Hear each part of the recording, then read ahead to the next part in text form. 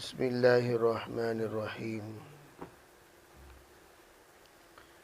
الحمد للہ رب العالمین والصلاة والسلام علی سید الانبیاء والمرسلین محمد وآلہ واصحابہ اجمعین اما بعد فاعوذ باللہ من الشیطان الرجیم بسم اللہ الرحمن الرحیم ربنا هب لنا من ازواجنا وذریاتنا قرۃ اعین واجعلنا للمتقین اماما اللہم ایدنا بتأییدک اللہم ایدنا بتأییدک اللہم ایدنا بتأییدک یا رب العالمین۔ دوستو، عزیزو، بھائیو، پردہ نشین محترم خواتین، دین بہت آسان ہے ان لوگوں کے لیے جو اپنی زندگی میں لانا چاہتے ہیں، اور دین بہت دشوار ہے ان لوگوں کے لیے جو دوسروں کی زندگی میں لانا چاہتے ہیں۔ اسی لیے دعوت کا مقصد یہ بتایا جاتا ہے کہ ہمیشہ اپنی زندگی میں لانے کی محنت ہے دعوت کی۔ ہم کسی اور کے ٹھیکیدار نہیں ہیں اور نہ ہی ہم کسی اور کے مسئول ہیں۔ اللہ تعالیٰ نے ہر ایک کو ایک دائرہ بنایا، اور اس دائرے میں سب سے پہلا جو حق ہے، جو ذمہ داری ہے، وہ اپنی ذات ہے۔ اسی لیے قرآن میں قو انفسکم کہا، پہلے اپنے آپ کو بچاؤ، پھر اپنے اہل خانہ کو بچاؤ۔ اگر کوئی اہل خانہ کی فکر میں ہے، اہل محلہ کی فکر میں ہے، اہل علاقے کی فکر میں ہے، اہل صوبہ کی فکر میں ہے، خود کی فکر میں نہیں ہے، تو سب سے بڑا خسارے میں ہے۔ لِمَ تَقُولُونَ مَا لَا تَفْعَلُونَ كَبُرَ مَقْتًا عِندَ اللَّهِ أَن تَقُولُوا مَا لَا تَفْعَلُونَ۔ اس لیے کہا دعوت کا پہلا مخاطب خود اپنی ذات ہے۔ دعوت کا پہلا مخاطب خود اپنی ذات ہے۔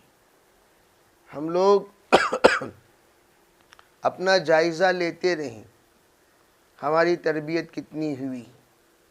جس طرح ہر مریض جو بھی داخل ہوتا ہے ہسپتال میں، وہ اپنی فکر کرتا ہے، اپنی صحت کا خیال رکھتا ہے۔ مریض کو سب سے زیادہ اپنی فکر ہوتی ہے، تو ہر ایک آ کر اس مریض کی صحت کا خیال رکھتے ہیں۔ جتنے بھی اطراف کے خدام ہیں، ڈاکٹر ہو یا معاونین ہو یا اٹینڈرس ہوں، سب کیا دیکھتے ہیں؟ بے مریض کتنا صحت مند ہوا، مریض کتنا صحت مند ہوا، مریض کتنا صحت مند ہوا۔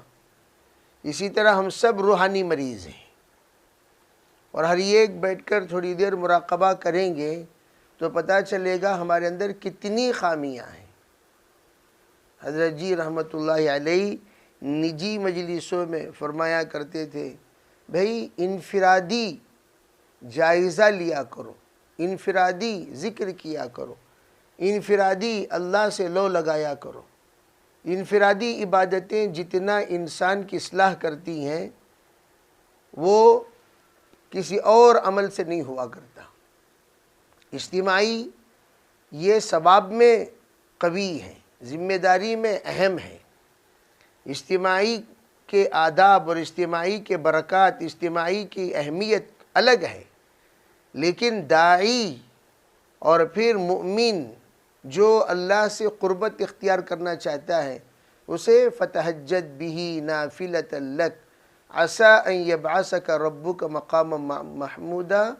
تہجد کا اہتمام کریں۔ تہجد میں کیا ہے؟ خلوت ہے۔ تہجد میں آپ ہیں، آپ کا رب ہے۔ آپ اپنے آپ کو بہت پاک بنا کر پیش نہیں کر سکتے۔ ہم کیا ہیں، ہم کیسے ہیں، ہم کتنے پانی میں ہیں، ہمارا رب اچھی طرح جانتا ہے، اور ہم بھی اچھی طرح جانتے ہیں۔ بہت صوفی بن کر ظاہر کرنا بہت آسان، لیکن ہم کتنے صوفی ہیں اور کتنے کوفی ہیں وہ تو اللہ جانتا ہے۔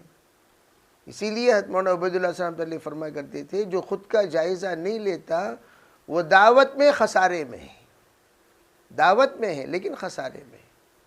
اس لیے خود کا جائزہ بہت ضروری، بہت ضروری۔ اور خود کے جائزے کی برکت کیا ہوگی؟ تھوڑی سی دعوت میں اللہ بہت زیادہ تاثیر پیدا کرے گا۔ خود کا اگر ہم جائزہ لے لیں، خود متواضع بن جائیں، خود منکسر المزاج بن جائیں، خود اخلاق والے بن جائیں، اس کے لیے کرنا ہے کیا؟ آج مجھے کیا فائدہ ہوا؟ بعض مرتبہ حضرت مولانا عبید اللہ صاحب رحمۃ اللہ علیہ، قاری ظہیر صاحب رحمۃ اللہ کابرین ہمارے فرمایا کرتے تھے، ارے بھائی بعض لوگوں کو ملاقاتوں میں جی لگتا ہے تو ان کو ملاقاتوں میں مت بھیجو۔ کیوں؟ یہ شوق والی دعوت کا کام کر رہا ہے، شوق والی دعوت، ذوق والی دعوت۔ بعض لوگوں کو تشکیل میں بڑا جی لگتا ہے، خوب تشکیل کریں گے، خوب تشکیل کریں گے، خوب تشکیل کریں گے، ذکر میں جی نہیں لگتا، دعا میں جی نہیں لگتا۔ یہ غلط بات ہے کہ کسی کو ایک ہی چیز پسند آ جائے تو اس کا مطلب یہ ہے کہ وہ منمانی دعوت کا کام کر رہا ہے۔ نماز میں خالی قیام نہیں ہے، سجدے میں بڑا مزہ آتا ہے۔ آپ دیکھیں فجر کی نماز کے سجدے میں کتنا مزہ آتا ہے، جی چاہتا ہے کہ اور لمبا سجدہ ہو، اور لمبا سجدہ ہو، اور لمبا سجدہ ہو، اور لمبا سجدہ ہو۔ سجدے میں بڑا مزہ آتا ہے، لیکن نماز خالی سجدے کا حکم نہیں دیا۔ نماز میں اللہ تعالیٰ نے خالی سجدے کا حکم نہیں دیا۔ جب حضور سے پوچھا گیا سب سے افضل نماز کون سی، تو آپ نے یہ نہیں کہا جس میں سجدہ لمبا ہو، نہیں، آپ نے یہ کہا جس میں قیام لمبا ہو، جس میں قیام لمبا ہو۔ اب سوال پیدا ہوا قیام لمبا کیوں؟ سب سے زیادہ نماز میں مجاہدہ قیام میں ہے، سب سے زیادہ نماز میں مجاہدہ قیام میں ہے۔ تو اللہ تعالیٰ نے قیام، جو لمبے لمبے قیام کرتا ہے تو اس کی نماز کو اللہ نے پسند فرمایا، لمبے قیام میں مجاہدہ زیادہ۔ تو ہر انسان کے لیے دعوت میں مجاہدہ الگ الگ چیزوں میں ہے، کسی کو ذکر میں مجاہدہ، کسی کو تعلیم میں مجاہدہ، کسی کو گشت میں مجاہدہ، کسی کو اگر یوں کہہ دیا جائے دعا میں بیٹھو مجاہدہ، خدمت میں مجاہدہ۔ تو جس میں مجاہدہ ہے اس میں اس کی تربیت ہے۔ سب میں ایک ساتھ تربیت نہیں ہوتی، ہر ایک کی تربیت کی جگہ الگ الگ۔ اسی طرح ہمارے مستورات بھی اس بات کو ذہن میں رکھیں کہ ہم اللہ کے راستے میں آئے ہیں، خالی مجھے خدمت میں ڈالو بھائی اور کسی میں مت ڈالو۔ اس کا مطلب ہے کہ خدمت میں اس کو مزہ مل رہا، خدمت میں اس کو مزہ مل رہا ہے، تو بار بار میں خدمت میں، کون تیار؟ میں تیار، کون تیار؟ میں تیار، ملاقات میں کون تیار؟ میں تیار۔ تو یہ مزے کا کام نہیں ہے، دعوت کا کام مزے کا کام نہیں ہے کہ مزے سے کرو۔ دعوت کا کام تربیت کا کام ہے۔ تو اس لیے ہر جگہ پر اکرام ہونا ضروری نہیں، ہر جگہ پر دسترخوان ہونا ضروری نہیں۔ ساس کے گھر کو تھوڑی آئے ہیں ہر جگہ پر دسترخوان بچھایا جائے۔ بعض مرتبہ دسترخوان ہی نہیں ہوگا، وہاں ہمیں بچھانا پڑے گا۔ کبھی بھی دعوت میں استقبال کی امید مت رکھا کرو۔ گاڑی لا لیے الحمدللہ، نہیں لائے خود اپنی سواری کرائے بنا کر جاؤ۔ یہ امید سے مت رکھو بھئی یہاں سے گاڑیاں آئیں گی، یہاں سے گاڑیاں آئیں گی، یہاں سے گاڑیاں آئیں گی۔ یہ اکرام کر کر کے مزاج خراب کر دیا لوگوں نے، اکرام کر کر کے مزاج لوگوں نے خراب کر دیا۔ تو لوگوں نے یوں سمجھا، یہ الگ چیز ہے کہ مہاجرین سے کہا جائے گا آپ اپنا نظام بنائیے، انصار سے کہا جائے گا آپ اپنا نظام بنائیے۔ اگر کہیں انصار اتنے کمزور ہیں کہ وہ نظام نہیں بنا سکے تو شکایت کریں گے؟ کہا نہیں، ہرگز نہیں کریں گے۔ ہم جس وقت جماعتوں میں تھے کانپور میں، کانپور تو بہت بڑا علاقہ ہے، تو وہاں بعض حلقے وہ ہیں جہاں سے بہترین کاریں آتی تھیں، بعض حلقے وہ ہیں بیچارے انتہائی غریب لوگ، وہاں رکشے میں جانا پڑتا تھا، اور رکشہ بھی ایسا جس میں ہماری عورتیں بیٹھ نہیں سکتی. ہماری عورت جیسے کہ یوں یوں ہوتا تھا، وہ رکوع میں پھسل کر گر جاتی تھی، پھسل کر گر جاتی تھی. ارے بھئی آٹو تو کم از کم بیٹھنے کے قابل ہے، یہ تو یوں ہے، رکوع میں ہے، تو پھسل جاتی تھی ہماری عورتیں بریک لگانے پر. تو بعض منزلوں پر پہنچنے تک 3 مرتبہ اتر کر پھر دوبارہ چڑھ کر بیٹھنا پڑتا تھا. ایسے بھی یہ وہاں کا مجاہدہ. نہیں، ہم نہ ٹوٹل پردہ ہونا کوئی ضروری نہیں. یہ سب کام سیکھنے کا کام عقل مندوں سے سیکھو، بے وقوفوں سے نہیں. بعض لوگ پاگلوں سے کام سیکھتے ہیں، خود پاگل بن جاتے ہیں. عقل مندوں سے کام سیکھو. دعوت میں وسعت زیادہ ہے، تنگی نہیں ہے. تو لوگوں نے دعوت کا کام اصولوں کے ذریعے سے تنگ بنا دیا. یہ کون ہے؟ یہ ایسے لوگ ہیں جو دعوت کا کام بگاڑنے والے. تو ہم اب کام سیکھ کر جائیں گے. یہاں سے کیا کریں گے؟ کام سیکھ کر جائیں گے. دعوت کا کام مستورات میں کیسا کیا؟ مستورات میں مجاہدہ نصرت والی بیان کریں گے، ہجرت والی نہیں. اس لیے کہ مستورات پر ہجرت کا حکم عشر عشیر ہے، نصرت کا حکم زیادہ ہے. 90% نصرت، 10% ہجرت. تو عورتوں کو ہجرت کی ترغیب کم دی جائے گی، نصرت کی ترغیب زیادہ دی جائے گی، ہجرت کی نہیں. ہجرت مردوں میں بیان کریں گے. لیکن ہم ماشاءاللہ مستورات میں بھی ہجرت خوب بولتے ہیں. بریانی پک رہی ہے، مسالہ کچھ اور ڈالا جا رہا ہے. پلاؤ پک رہا ہے، مسالہ کچھ اور ڈالا جا رہا ہے. جناب والا پہلے کھانے کا عنوان تو سمجھو، کون سا کھانا بنایا جا رہا ہے، پھر اسی کے مطابق مسالہ ڈال لو. یا مخاطب آپ کی عورتیں ہیں اور مسالہ ڈال رہے مردوں کے. کیوں؟ اس کے پاس ہے ہی مسالہ مردوں کے، اس کے علاوہ کچھ ہے ہی نہیں. مردوں کا مسالہ ڈال رہا ہے مستورات کے بیان میں. مستورات کے بیانات میں 6 چیزیں بیان کیے جائیں گے. مستورات کے بیان میں 6 چیزیں بیان کی جائیں گی. سب سے پہلے آپ عبادت بیان کرو. نمبر 2 تقوی بیان کرو. نمبر 3 توکل بیان کرو. نمبر 4 پردہ، حیا، پاک دامنی بیان کرو. نمبر 5 اولاد کی تربیت اور تعلیم بیان کرو. نمبر 6 گھر کے اندر نصرت کا ماحول بیان کیا کرو. یہ 6 باتیں عورتوں میں بیان کیے جانے کی ہیں. یہ 6 باتیں عورتوں میں بیان کریں گے. عورتوں میں ہجرت نہیں، عورتوں میں کیا بیان کریں گے؟ نصرت.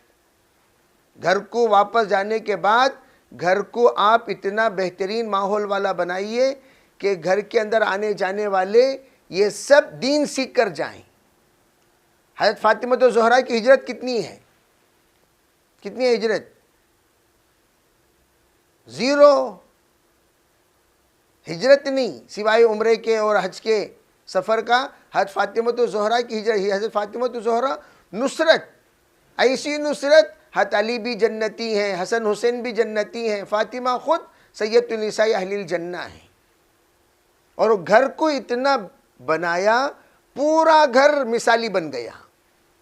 تو مستورات کا کام کیا؟ ابھی میں ایک جگہ پر گیا تو وہاں کے خاتون کے سلسلے میں ایک بات آئی. تو جب مدرسے سے بچے آتے تھے، ان کے بچے مدرسے میں پڑھتے ہیں، تو وہ گھر کا ماحول سادہ سیدھا بنا دیا کر. دسترخوان سادہ سیدھا، گھر کا ماحول سادہ سیدھا. کسی نے پوچھا آپا بچہ مدرسے سے آیا ہے، کیا تمہیں اتنا سکا دسترخوان بچھا کوئی؟ تو ان کی حکمت دیکھو ماشاءاللہ. وہ کہنے لگی کہ اگر میں دسترخوان مرغ مسلم کی بچھاؤں گی تو بچہ یہ سوچے گا ارے گھر کا کھانا تو بڑے مزیدار ہیں، ہم لوگ یہ لوگ تو مزہ کھانا کھا رہے ہیں اور ہم لوگ وہاں سزے میں ہیں مدرسے میں. تو یہاں ایسا سوکھا کھانا بناؤ، ان کو مدرسے کا کھانا یاد آئے الٹا. اور جی یہ چاہیں کب مدرسہ کھلے گا، کب مدرسے کو جاؤں گا، کب مدرسہ کھلے گا، کب مدرسے کو جاؤں گا، کب مدرسہ کھلے گا، کب مدرسے کو جاؤں گا. اب جو ہی مدرسہ کھلا فوراً چلا گیا. کیوں؟ وہاں کا کھانا اچھا ہے کس کھانے کے مقابلے میں؟ گھر کے. دیکھیں کتنی بڑی حکمت. ہمیں لوگ الٹا سوچتی بچہ مدرسے سے آیا، خوب پکا کوئی کھلاؤ، خوب پکا کوئی کھلاؤ، اس کی عادت خراب، مدرسے کو جانے تیار نہیں. کیوں؟ زبان چٹوری بن گئی. اور اس بیچاری کی اس حکمت کی برکت سے ماشاءاللہ بچے حفاظ و عالم بن گئے. تو ہم مدرسے کے سے بچے یعنی یہ اصل بتانا مقصود ہے، ہر گھر میں خواتین اگر حکمت سے کام لینا چاہیں، پورے گھرانے کو کیا، پورے خاندان کو دیندار بنا سکتی ہیں. وہ خالہ کی حیثیت سے، پھوپھی کی حیثیت سے، نانی کی حیثیت سے، دادی کی حیثیت سے، چاچی کی حیثیت سے، ممانی کی حیثیت سے. ارے بھئی اپنے متعلقین کو دیندار کیوں نہیں بنا سکتے؟ سب کو بنا سکتے ہیں. مستورات بٹھا کر اپنے بھانجے کو، بھتیجے کو، اپنے نواسے کو، اپنے بچوں کو، اپنے نواسیوں کو، اپنے پوتریوں کو، پوتروں کو سمجھائیں. یہ ہے ہمارا کام. گویا ایک ہے بانجھ وہ جس کے کوکھ میں اولاد نہیں. حقیقی بانجھ وہ ہے جس کی کوئی وارث نہیں. کس اعتبار سے؟ دین کے اعتبار سے. ہم مر کر قبر میں چلے گئے، لیکن ہمارے قبر میں ہزاروں لوگوں کی نمازیں، کروڑوں لوگوں کی تلاوتوں کا ثواب پہنچ رہا ہے. وجہ ان کی زندگی میں کی ہوئی محنت کا نتیجہ. تو ہم داعیہ بنیں، دعوت سیکھیں. اور دعوت سیکھنے کے لیے بولنے آنا ضروری نہیں، یہ بھی سمجھو اچھی طرح. بہت ساری عورتوں کی شکایت، نہیں مجھے بولنے نہیں آتا. تم نہ یہاں مقرر بننے کے واسطے بلائے نہیں. مقرر بننے بلائے کیا؟ 10 دن لگانا کہ تو مقرر بن جاؤ، خوب تقریر کرو، خوب بیان کرو. بیان کرنے سے کون بھی یہاں دعوت کا کام میں بیان کرنا ہی نہیں ہے. متکلمین کم ہوتے ہیں. محنت اصل محنت، رونا اصل. میرے نانا جان تھے رحمت اللہ علیہ، زندگی میں ایک بیان نہیں کرے.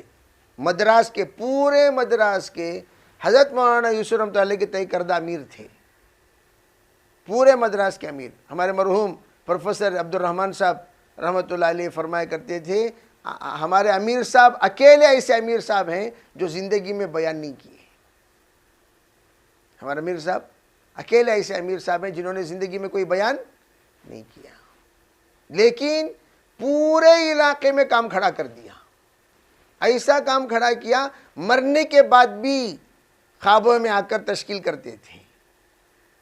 اس کے بعد ابھی ایک صاحب ملے 4 دن پہلے، وہ کہتے تھے بھئی ہم امیر صاحب سے دعوت کھا کھا کر سیکھے. یہ ترتیب سید احمد خان صاحب رحمۃ اللہ علیہ کی ترتیب ہے. خوب کھلاؤ، باتیں کم کرو، کھلاؤ زیادہ. باتیں کم کرو، کھلاؤ زیادہ. خوب کھلاتے تھے اور دعوت کا کام سمجھاتے تھے. سمجھانے کا طریقہ ہر ایک کا الگ الگ ہوتا ہے. بیان کرنا ہمیشہ ضروری نہیں ہے. تو ہمارے مستورات کا بھی، مردوں کا بھی، کیا بھی ہم نہ آتا نہیں نہ کیا بھی آتا نہیں نہ، یہ اصل ہونا سو دعوت میں. کوئی کہتا ہے کہ کچھ نہیں آتا تو اللہ تعالیٰ اسی کے برکت سے کام چلاتے. تو اس لیے محترم خواتین، خاص طور پر آپ سے میں عرض کرنا چاہتا ہوں کہ ہم سے مستورات جو متاثر ہوں گی ہماری عادتوں سے. ہماری عادتیں، ہم واپس جانے کے بعد بھئی عشرے کی عورتیں وہاں جانے کے بعد کیا وہاں کھانے میں تیلش نہیں. مثال کے طور پر جیسے آپ کا کون سا علاقہ بھائی؟ جی جمکھنڈی. تو تیل زیادہ کھاتے ہیں. روغن ہوتا کہ نہیں ہوتا؟ جیسے مستورات ہماری ماشاءاللہ پکاتی ہیں، خوب روغن ہوتا ہے. اب یہاں روغن بالکل کم، اتنا کم کہ آپ اگر گھوریں گے تب بھی تیل نظر نہیں آئے گا. دونوں میں فرق ہے کہ نہیں؟ وہاں جا کر پوچھے کیسا تھا بنگلور، کیا وہاں تیلش نہیں ہے. تو یہ کارگزاری سنانے کیا ہے سوئی؟ کیوں بھائی؟ کارگزاری کون سی سنانی چاہیے؟ مکہ اب حج سے واپس آئے، ارے بھائی کیسا رہا سفر؟ کیا بھائی وہاں بیڑیاں نہیں ملے. کوئی آ کر بول رہا ہے بے وقوف گدھے، وہاں بیڑی پینے کے لیے گیا تھا، بیڑیاں نہیں ملے گا تو کیا مطلب؟ بیڑی پینے کے لیے گیا تھا وہاں حج کو اور عمرے کو. وہاں سے آنے کے بعد کارگزاری تجھے کعبۃ اللہ کی سنانی چاہیے، مدینے کی سنانی چاہیے، روضہ اقدس کی سنانی چاہیے، عرفات و مزدلفہ کی سنانی چاہیے۔ کارگزاری یہ سنا رہے ہیں ایسی جو انتہائی بے بسی کارگزاری ہے۔ تو اس کا مطلب کیا؟ دماغ میں کیا گھومتا رہا صبح سے شام تک؟ بیڑی بیڑی بیڑی۔ آتے ہی بعض حجاج کرام، بھائی بنگلور میں اترتی فرسٹ بیڑی لگاؤ بھائی، یہ کیا کارگزاری ہونا سو؟ ارے بھائی عقل سے سوچتے کہ جیسے کہ پان کھا کر تھوکنے کی عادت ہے، وہاں ملا نہیں گٹکا، تو لوگ پریشان ہو گئے، گٹکا کھانے والے لوگ پریشان ہو گئے، کیوں؟ وہاں تھوکنا منع ہے، کھانا منع ہے، لوگ پکڑ لیں گے۔ تو اسی طریقے سے ہم نیت، یہاں سے واپس جانے کے بعد پوچھے کارگزاری کیا، تو ہم صفات کی ماشاءاللہ وہاں کی بہنوں سے ہم نے خدمت سیکھی، وہاں کی بہنوں سے ہم نے اخلاق سیکھے، وہاں کے بہنوں سے ہم نے بہت کچھ سیکھا۔ کیا سیکھا وہ سناؤ، اس سے کیا ہوگا؟ صبغۃ اللہ ومن احسن من اللہ صبغہ، ایک رنگ سے دوسرا رنگ، دوسرے رنگ سے تیسرا رنگ، سب رنگین ہوتے چلے جائیں گے، سب کریں گے انشاءاللہ۔ اللہ تعالیٰ عمل کی توفیق عطا فرمائے۔ سبحان اللہ بحمدہ، سبحانک اللہ۔